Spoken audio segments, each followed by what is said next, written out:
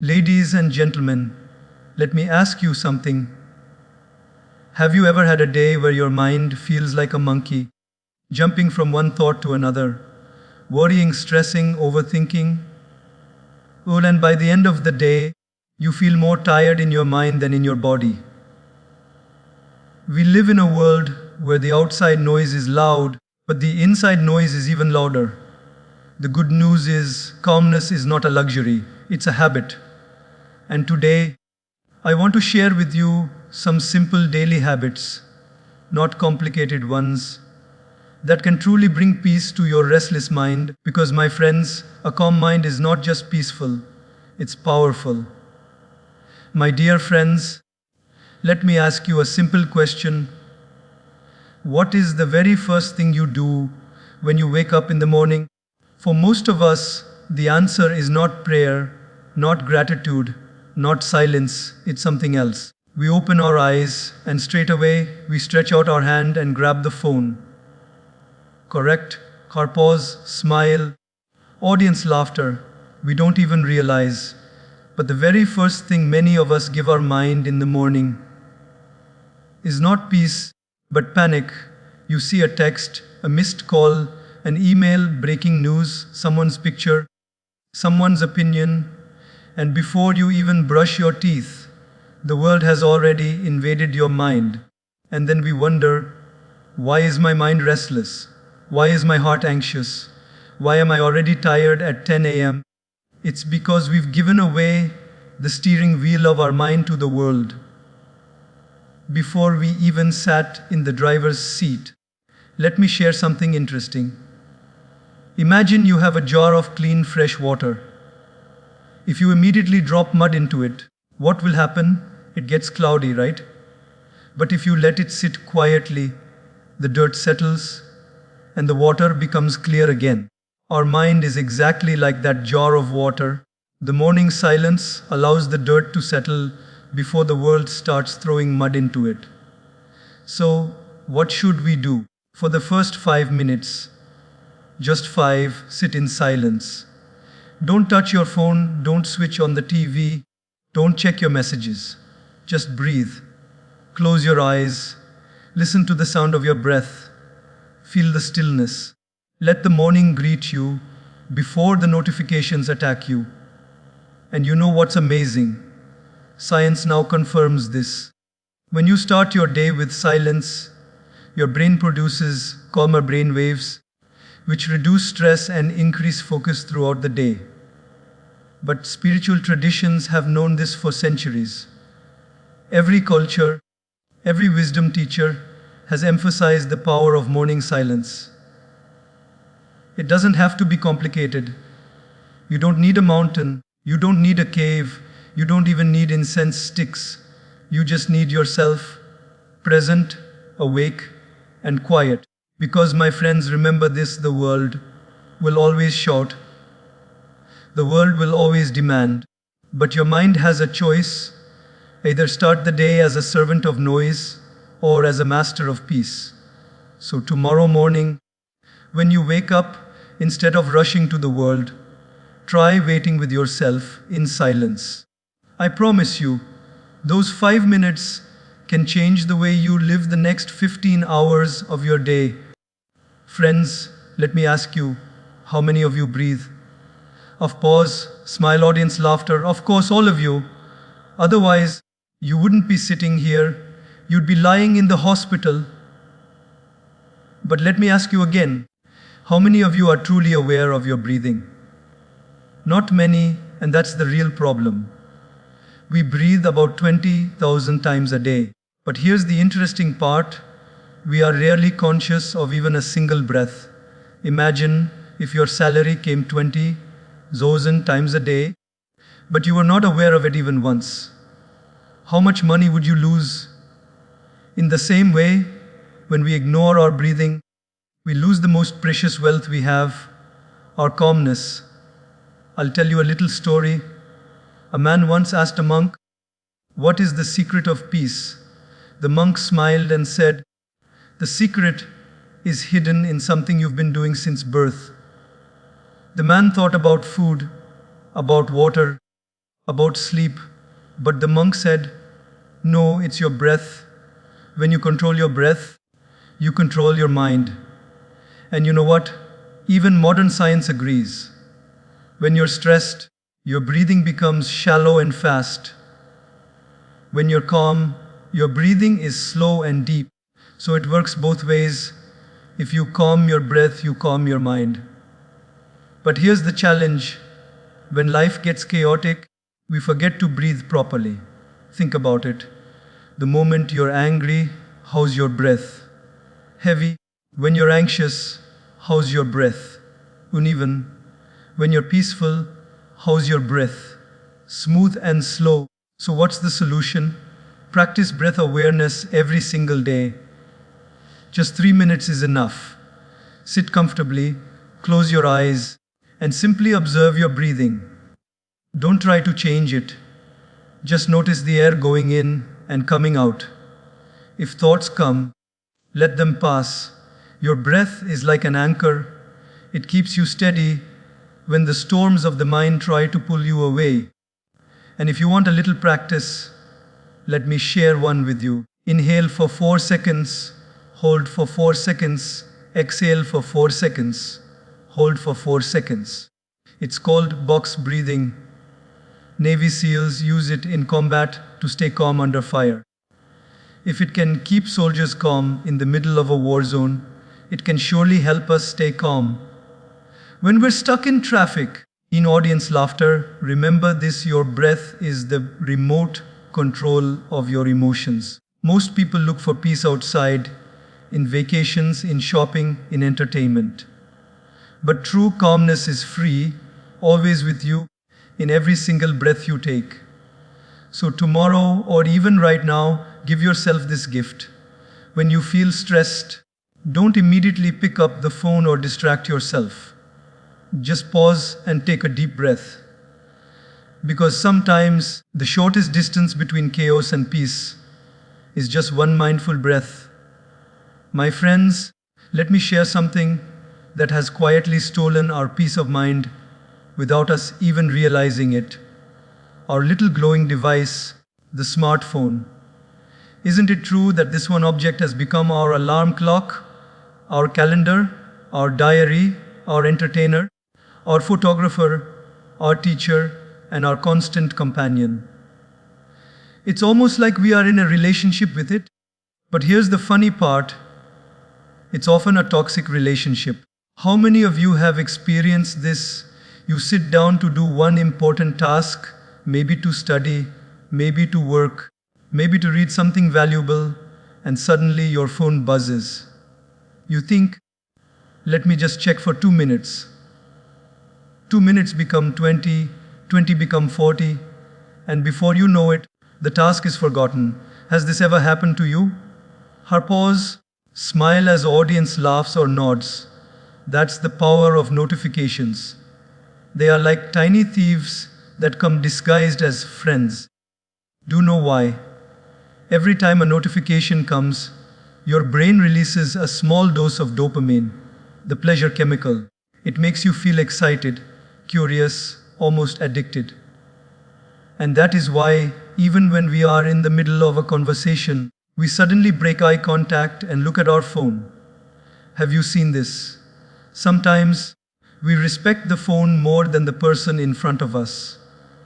That's how powerful these devices have become. Now, don't get me wrong, phones are not evil. Technology is not our enemy. In fact, it is a blessing. The problem is not technology, the problem is our lack of boundaries with it. Just like fire can cook food or burn down a house, phones can connect us to the world or disconnect us from our own peace of mind.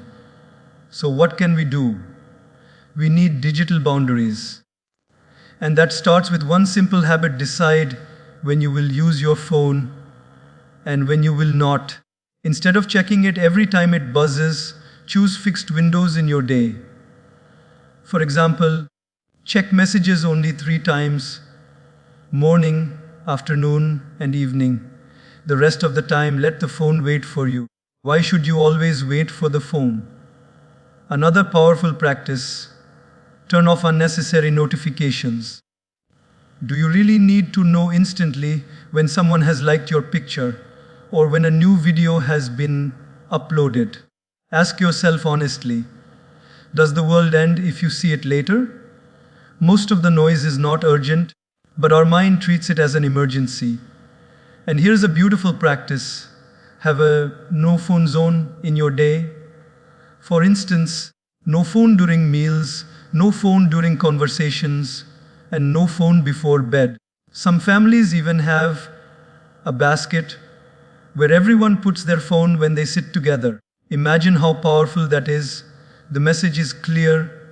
People are more important than pixels. Friends, our mind was not designed to handle constant interruptions. Every time your focus is broken, your brain takes several minutes to recover.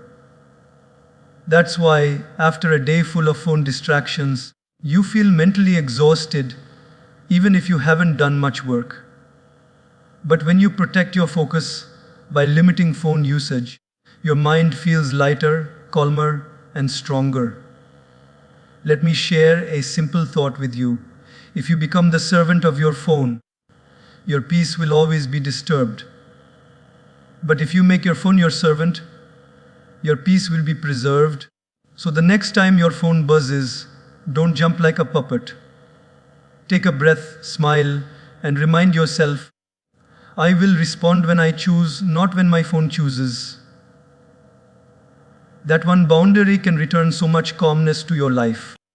My dear friends, let me take you into a habit that looks so small on the outside, but is so powerful on the inside. It's the practice of gratitude. You see, we human beings have a natural tendency to focus on what is missing rather than what is present. Isn't that true? If we have 10 things going well in life and one thing going wrong, where does our mind go? Straight to the one thing that's missing. Someone can give us 99 compliments and one criticism, and where do we put our energy? On the criticism. Our mind is like Velcro for negativity and Teflon for positivity. It sticks to problems but lets blessings slide away. But here's the irony, the happiest people in the world are not the ones who have the most. They are the ones who appreciate the most. Gratitude doesn't change your possessions, it changes your perception. It's not about adding more to your life, but about seeing more in what you already have. I remember once meeting a man who had lost his eyesight. Do you know what he told me?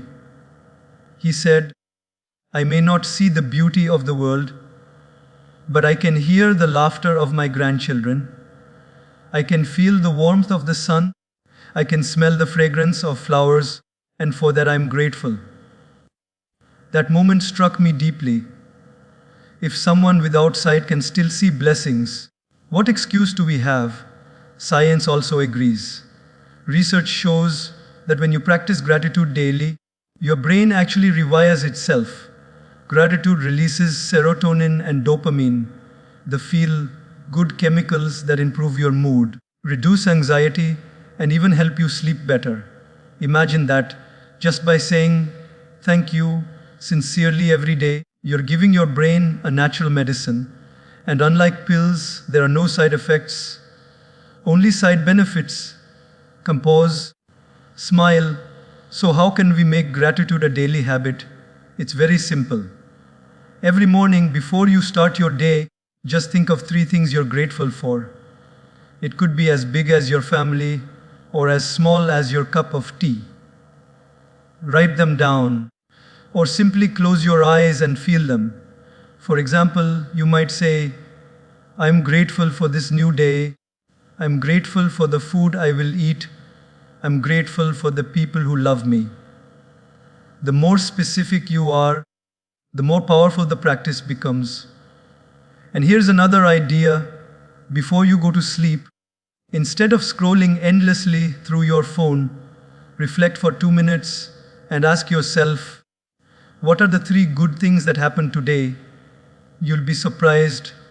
Maybe it was a smile from a stranger, maybe a good meal, maybe a kind word from a colleague. When you sleep with gratitude in your heart, your mind rests more peacefully. Now, some people say, but I have so many problems. How can I be grateful? Let me tell you this, gratitude is not about denying problems. It's about not letting problems blind you to the blessings that still exist.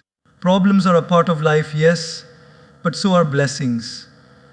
Gratitude doesn't erase struggles, but it gives you the strength to face them with a calmer mind.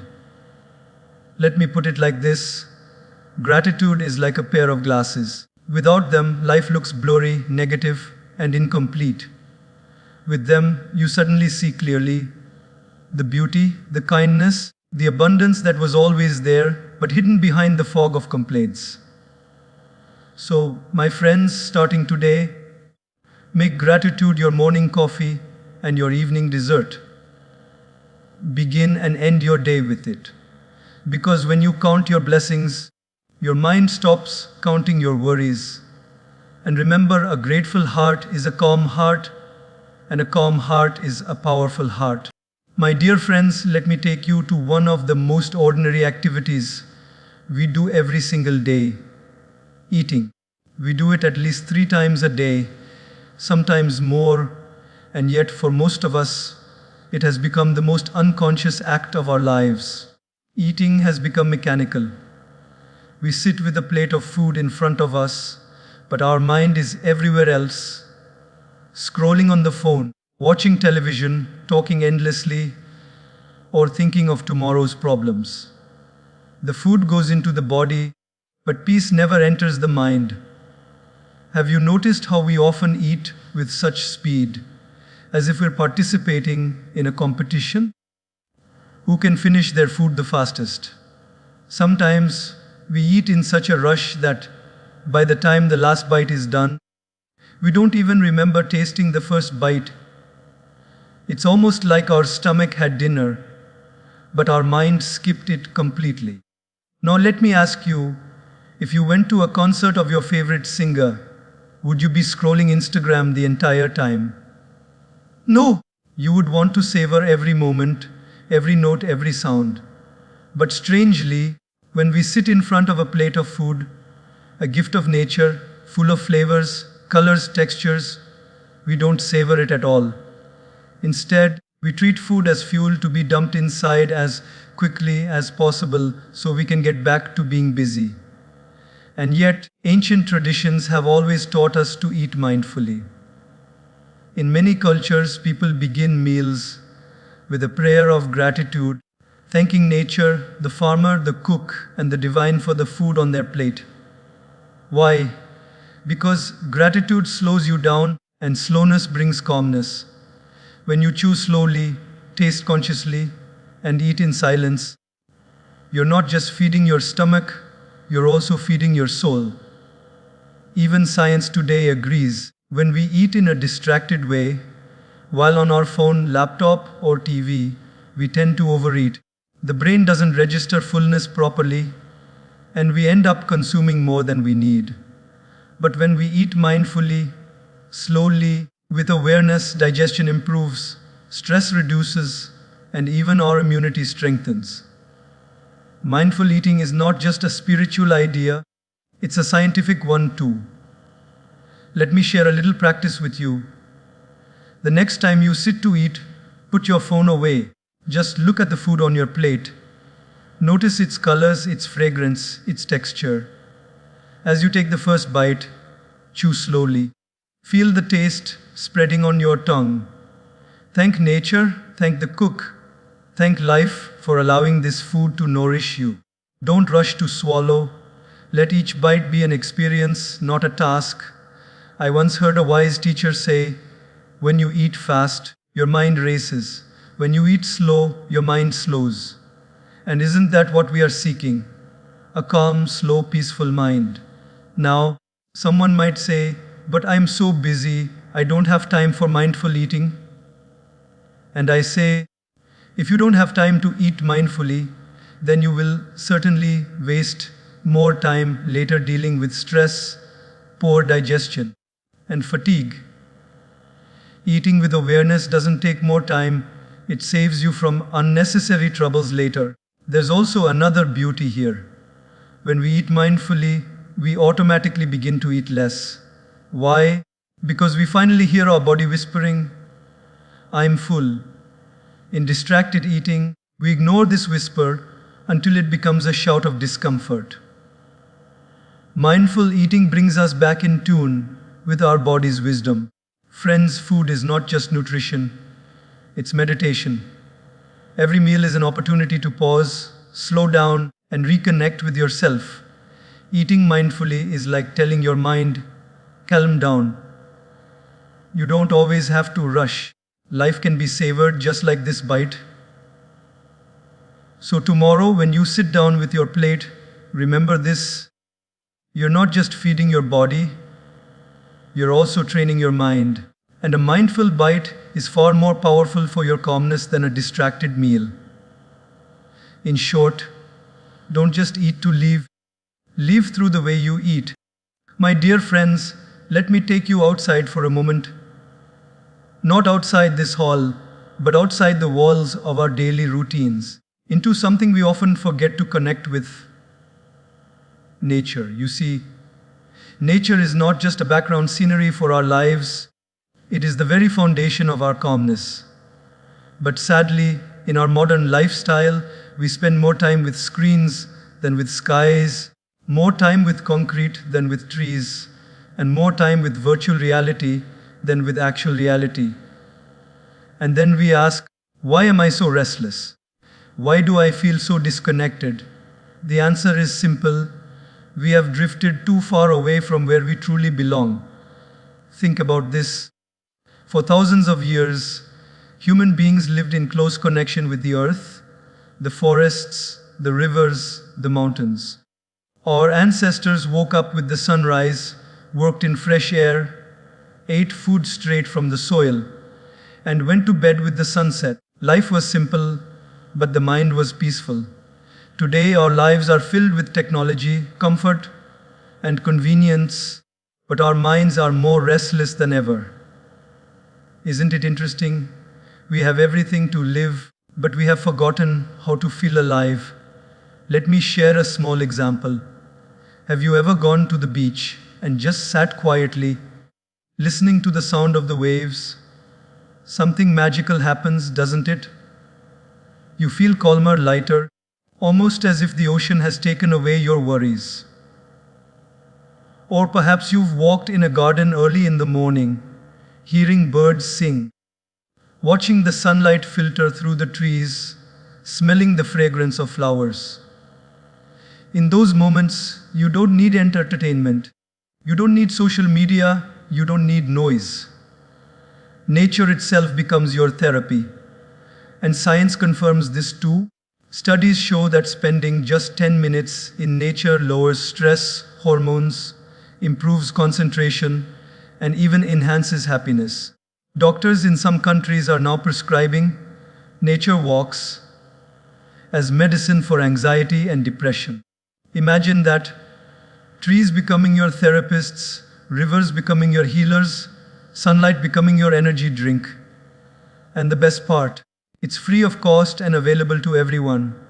But sadly, many of us treat nature like a wallpaper, something that looks nice in pictures but is ignored in real life. We drive past parks without stopping. We close curtains when the sunlight enters. We choose air-conditioned gyms over fresh air walks. It's almost as if we've locked ourselves inside boxes, forgetting that the real medicine for our restless mind is waiting just outside. So what can we do? Start small. Spend 10 minutes every day with nature. Step out onto your balcony, feel the morning sunlight on your face. Walk barefoot on grass and notice the coolness under your feet. Water a plant, touch its leaves, watch it grow. Sit under a tree and listen. Not with your phone, but with your heart. These are not just activities, they are rituals of calmness. And here's something powerful. When you connect with nature, your ego becomes smaller. Standing before a mountain, You realize how tiny your problems really are. Looking at the endless sky, you understand how temporary your worries are. Watching the cycles of sunrise and sunset, you remember that change is natural and nothing lasts forever. Nature doesn't just calm your mind, it also teaches you wisdom. Let me put it simply, a few minutes with nature can do what hours of scrolling can never do. Social media may give you distraction, but nature gives you healing. A phone screen may light up your eyes, but the sun lights up your soul. So, my friends, tomorrow morning or evening, don't just rush into your car or your work. Pause, step outside, look up at the sky, listen to the birds, breathe in the air. Even if it's just for 5 minutes, give yourself that gift. Because the closer you are to nature, the closer you are to your natural state of peace. Remember this, a calm mind doesn't always need a meditation hall. Sometimes it just needs a tree. Puff, my dear friends, today we have walked together through simple daily habits, morning silence, mindful breathing, setting digital boundaries, practicing gratitude, eating consciously, connecting with nature, simplifying our day, and many more. These are not just ideas to hear, they are practices to live. You see, peace of mind is not a grand event waiting for us at the end of the year. It's a daily choice we make every morning, every